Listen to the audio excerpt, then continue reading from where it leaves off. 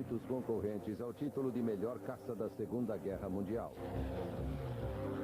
Mas poucos se comparavam ao poder do P-51 Mustang.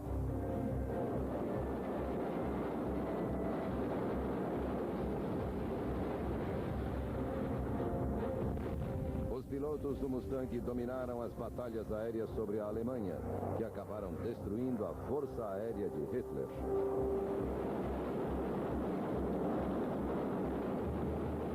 It's one-to-one combat, and you got to be aggressive.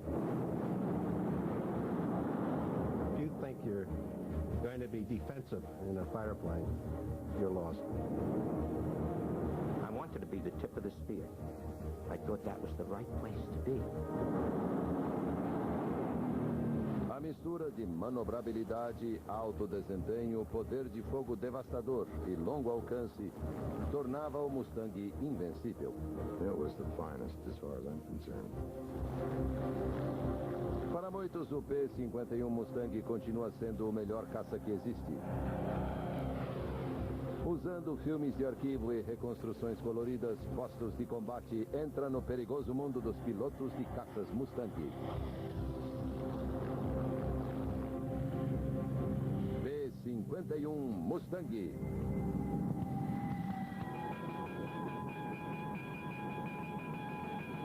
No final do verão de 1940, a Força Aérea Britânica travava um combate fatal contra a Força Aérea Alemã, que ficou conhecido como a Batalha da Grã-Bretanha.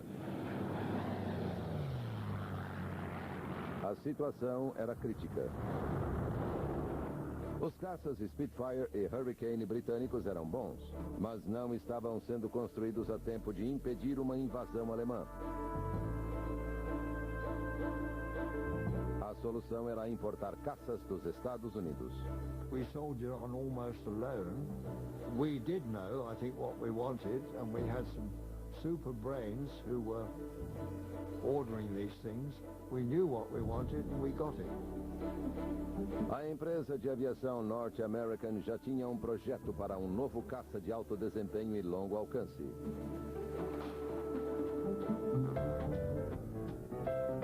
Após apenas 117 dias, a estrutura estava pronta.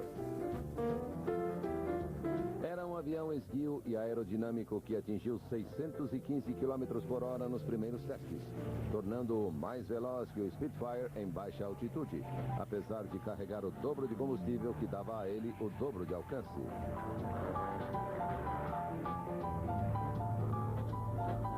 Mas em grande altitude o motor Allison perdia potência e ele levava 2 vezes mais tempo que o Spitfire para chegar a 6.000 metros.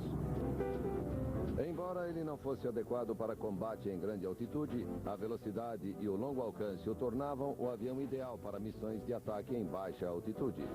A Força Aérea Britânica encomendou 620 aeronaves que foram batizadas de Mustang. That's a wild horse, isn't it? It didn't have wild traits. It was a good airplane. But Mustang is, I mean, everybody would like a good Mustang horse. Yes, good name for it. This is the Mustang, the fastest Army cooperation aircraft in the world. They've already been in action, ground-strafing the enemy in the Axis-occupied countries across the English Channel. The RAF pilots like them. German soldiers in northern France do not. Os americanos demonstraram pouco interesse pela nova arma que haviam criado para os britânicos. Eles não queriam entrar na guerra que estava devastando a Europa. Mas em dezembro de 1941, o curso da Segunda Guerra mudou quando o Japão atacou Pearl Harbor e os Estados Unidos entraram na guerra. As forças aliadas concordaram que a prioridade seria derrotar Hitler na Europa. A Grã-Bretanha havia escapado de uma invasão, mas agora houve outra. Uma invasão amistosa, quando milhares de soldados americanos chegaram à Grã-Bretanha para combater o fascismo. Entre eles havia jovens pilotos recém-treinados, confiantes e ansiosos pelo combate, quaisquer que fossem os riscos. Now look, fellas, let's face it. This is our business. In war, there's only one place for you to be, on your toes. You know, a fighter pilot basically is an individualist. Nobody has any ego in his family because he has it all. Did you pipe that fair weather pilot telling me? I can handle this. I was young and cocky, too. In fact, a conceited son of a bitch. No, I thought I was pretty good. In fact, you probably never heard of a pilot that didn't think he was #1 fighter pilot in the world. Hell, I've met thousands of them. To stay alive, you've got to act alive. It's the deed that counts, not what you say. It's the deed. Your actions. Learn and live. If you don't, you won't. If you're going to come in combat against someone else, you know you're going to beat them. If you don't have that feeling, if you think you're going to be defensive in a fighter plane, you're lost.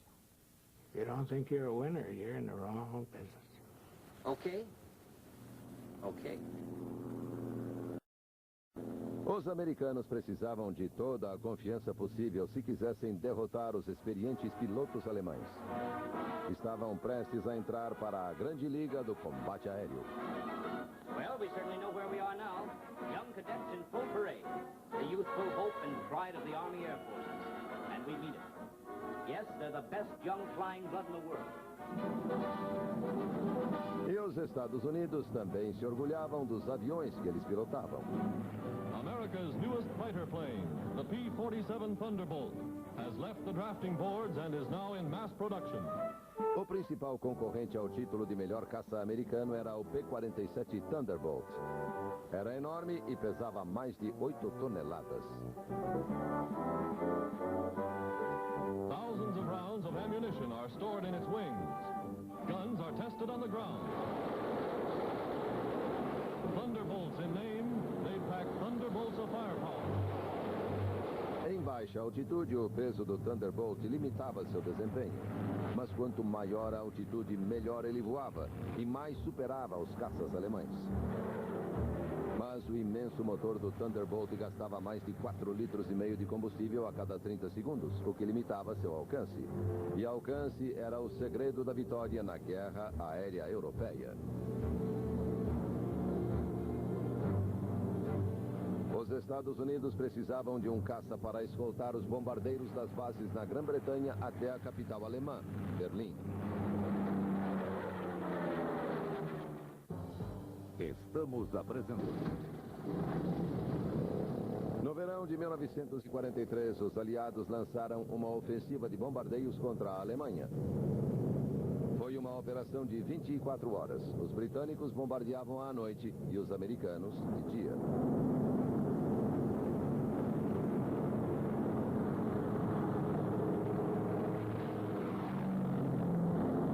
A campanha americana havia sido baseada na crença de que os bombardeiros Flying Fortress e Liberator podiam se defender dos caças alemães.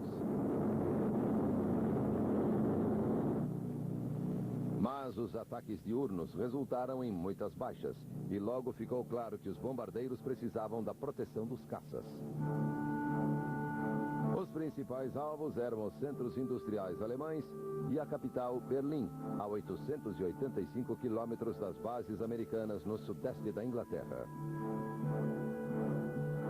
A maioria das missões de escolta foi realizada pelos Thunderbolts, que voavam até o limite de seu alcance, cerca de 320 quilômetros da base.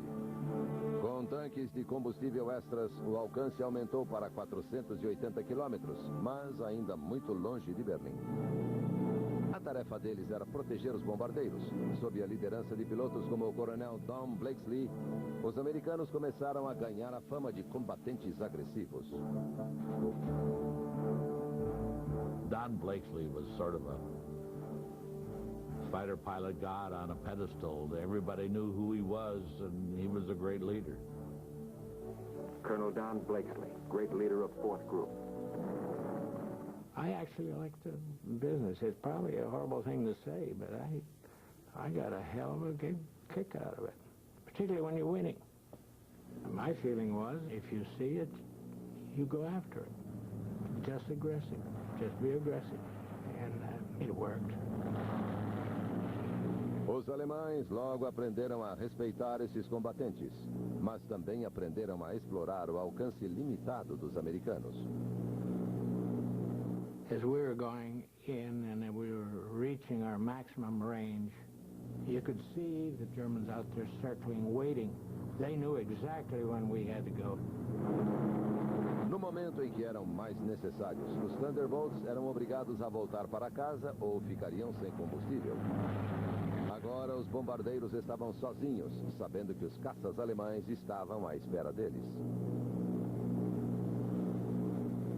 That was rather disheartening when you saw them turn back, because you knew you were going to catch it from then on. And as soon as we would leave, you could look back and you could see the tangling going on. And this was a horrible sight. There was nothing we could do. Fighters at 6 o'clock. This is what a gunner sees. A speck in the sky. That's a fighter. And then a blink.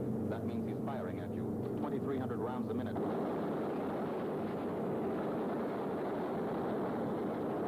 You see those leading edges light up like neon signs, and you know that they're shooting at you. And they mean business.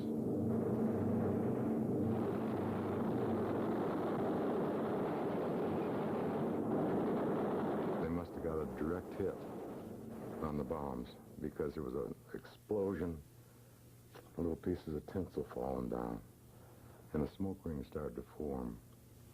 And by the time we got out, the smoke ring was still in the air. That's all there was left of it. Sad.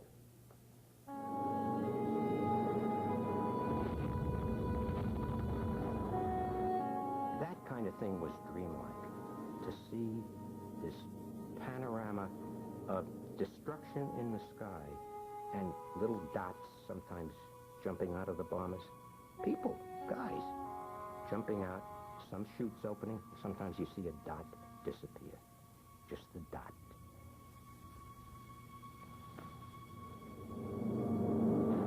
Come on, you guys, get out of that plane. Bail out. There's one. He come out of the bomb bay. Yeah, I see him. There's a tail gunner coming out. Right in front of me, his tail gunner bailed out, and he didn't have his chute snapped on. And he had it in his hand, but the slipstream took it away from him. And I saw him fall, and he had to go 26,000 feet with no visible means of support. The only thing I could think of, well, he's got plenty of time to say his prayers on the way down.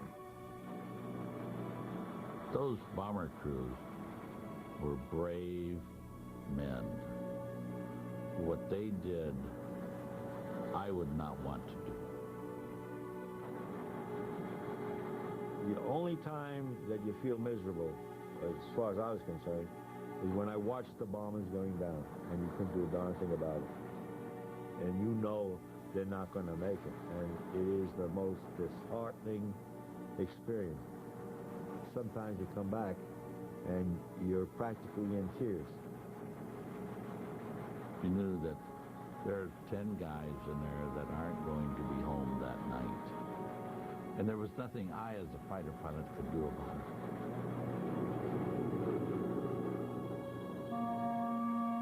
A necessidade de escoltas de longo alcance foi provada em 17 de agosto de 1943. Durante ataques em Scheinfurt e Regensburg, foram derrubadas 60 aeronaves com 10 tripulantes cada.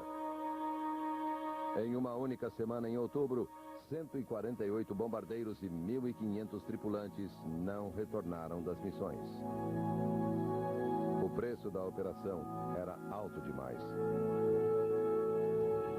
Se os americanos quisessem bombardear a Alemanha, um caça de longo alcance e eficiente precisava ser encontrado.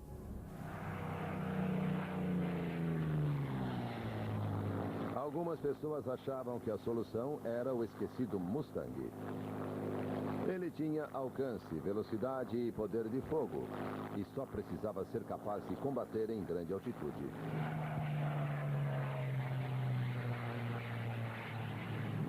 Em 1942, engenheiros da Rolls-Royce haviam tentado substituir o motor Allison do Mustang pelo Merlin, o motor do Spitfire britânico. Ao contrário do Allison, ele era muito eficiente em grande altitude. O resultado foi uma melhora instantânea no desempenho.